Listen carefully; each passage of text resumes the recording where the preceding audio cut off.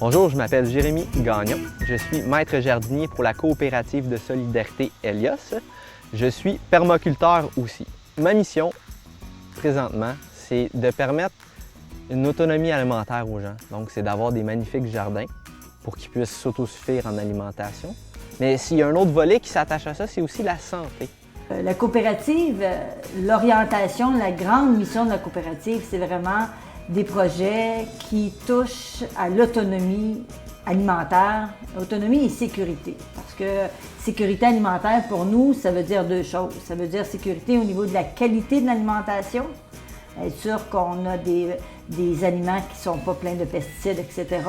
Et au niveau aussi de la quantité. Tu sais, il y a des gens qui n'ont même pas de quoi manger, donc la sécurité n'est même pas au niveau de la qualité, elle est au niveau de la quantité. Donc, les projets dans lesquels on va intervenir, ça va toucher à un des volets ou aux deux volets. Le jardin de Sainte-Anne-des-Lacs, on va dire formation, initiation, Intergénérationnel. plaisir, jeu.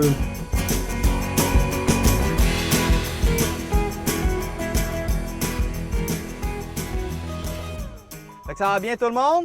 Oui! Ouais, on est prêt à planter des belles affaires? Bon!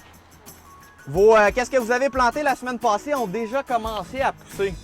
Fait que c'est très bon signe, ça. D'habitude, ça prend plus longtemps, mais je sais pas vous, on dirait que vous avez le truc.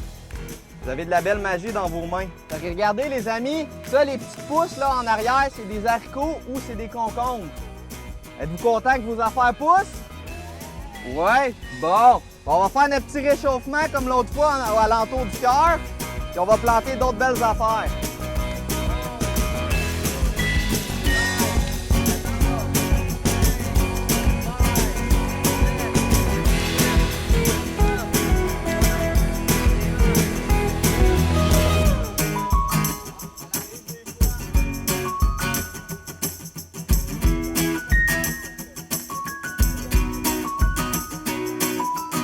Ce qu'on voit ce matin, c'est la première phase d'un programme qui a été alloué qui s'appelle Horizon Aîné avec l'appui de Québec en forme.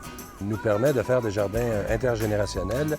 Alors, ce qu'on voit ici, c'est les enfants qui sont en train de faire leurs expériences dans le jardin.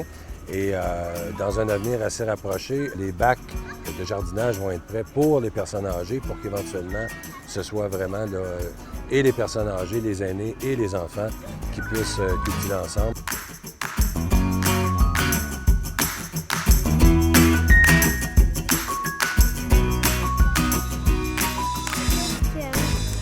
S'il n'y a plus de pétrole, plus de gaz, là, c'est pour ça qu'il faut apprendre à se nourrir nous-mêmes.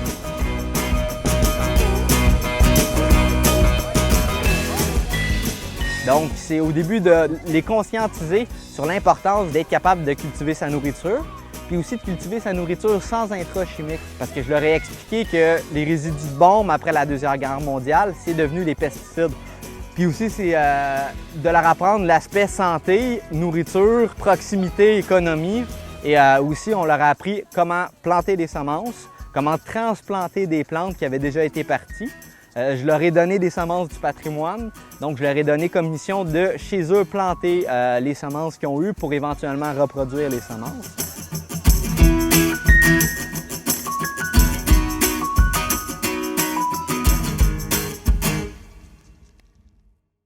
Après ça, si on parle du jardin numéro 2 à Saint-Sauveur.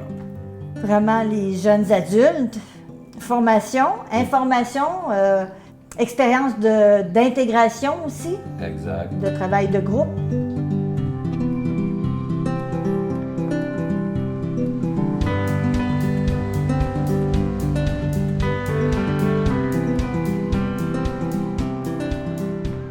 Le Carrefour Jeunesse Emploi est un organisme à but non lucratif qui vient en aide aux jeunes de 16 à 35 ans dans leur intégration socio-professionnelle par diverses activités, soit au niveau de leur curriculum vitae, leur recherche d'emploi, ça peut être aussi au niveau de leur orientation professionnelle.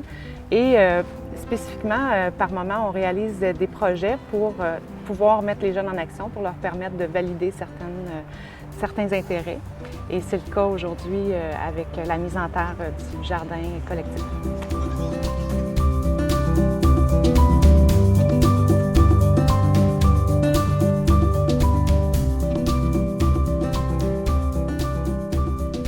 fait au moins 7 à 10 ans que j'étais dans le domaine technologique, l'informatique, télécommunications, tout ça. C'est des beaux domaines, sauf qu'un jour, je me suis réveillé, je me suis dit, je suis tanné d'être enfermé entre 4 murs, je suis tanné d'être derrière un computer, derrière un ordinateur ou des appareils technologiques. Ça me grille le cerveau, carrément. Je n'étais plus en forme, je n'étais plus à l'aise. C'est important de penser à notre santé avant l'argent. Parce qu'aujourd'hui, je trouve que les gens sont trop centrés sur l'argent, puis l'argent. Mais il n'y a pas juste l'argent dans la vie, il y a aussi la santé avant tout. Fait que moi, c'est une valeur qui m'était ancrée depuis que je suis tout petit, mais que j'ai un peu mis de côté. Et là, justement, dernièrement, je me suis réveillé. Fait que c'est important d'écouter nos valeurs personnelles pour bien grandir. Puis moi, ça fait partie de mes valeurs, la santé, la famille, le bien-être. Fait que c'est pour ça que j'ai eu comme un genre de réveil, puis je me suis dit, ah ben, on va essayer l'agriculture, pourquoi pas.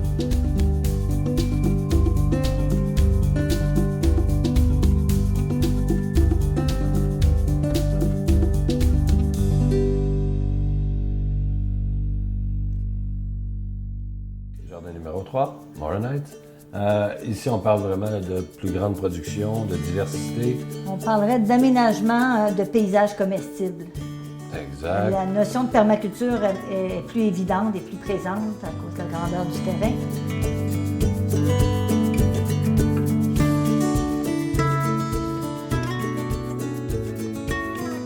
Là, présentement, on a motoculté la section juste ici, puis on a vu qu'on a une belle terre sablonneuse.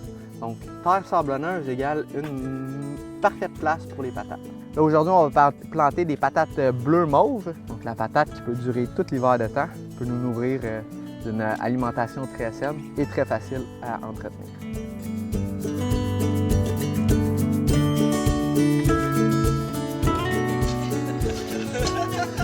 J'ai trouvé ça juste maintenant dans un trou de patates, donc c'est une bonne signe, ça, je pense.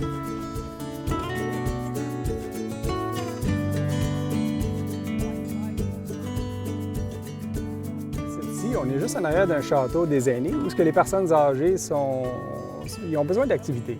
Et nous, ce qu'on espère, c'est que les gens commencent à planter des choses, participent au jardin et ça va permettre également aux jeunes, donc les jeunes de l'école, de venir visiter le jardin et d'interagir avec les personnes âgées qui sont au château des aînés. C'est ça qu'on veut. Bien, un des bénéfices majeurs, c'est le garde-manger des Pays d'en haut qui va récolter une bonne partie de la nourriture.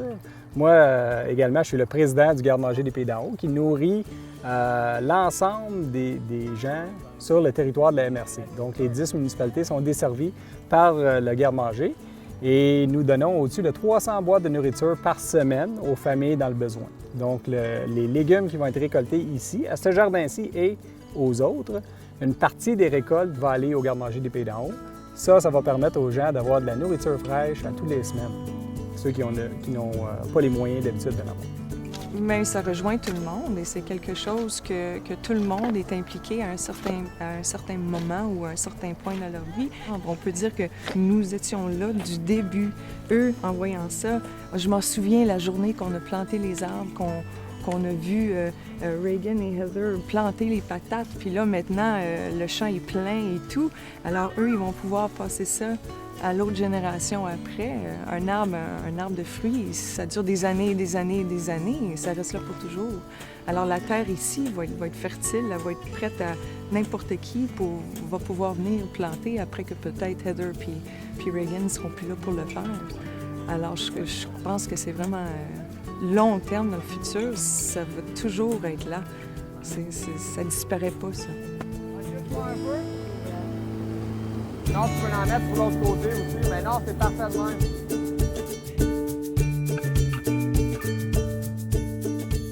Oui, on a des bénévoles, en fait, ici, avec ça, puis c'est comme essentiel là, de commencer ça dans tous les villages, toutes les communautés, de faire des jardins comme ça, vraiment des jardins partout. Parce que c'est ça, c'est pas difficile, you know? Puis il y a plein de terre, puis il y a plein de places, puis c'est fun. C'est le futur. C'est le futur, c'est sûr. Oui, c'est toujours mieux d'avoir la nourriture qui reste ici, ça fait ici par les gens qui restent ici. Puis c'est pas juste la nourriture, c'est aussi quelque chose qu'on partage avec tout le monde. Alors c'est important pour la communauté. Bon, bien, le début au fait du projet, c'est de planter un arbre. Hein? On a fait ça symboliquement, la plantation d'un arbre, donc un poirier. Donc, on nous dit que cet arbre-là est très, très vigoureux, puis on espère que notre jardin va être aussi vigoureux que cet arbre-là.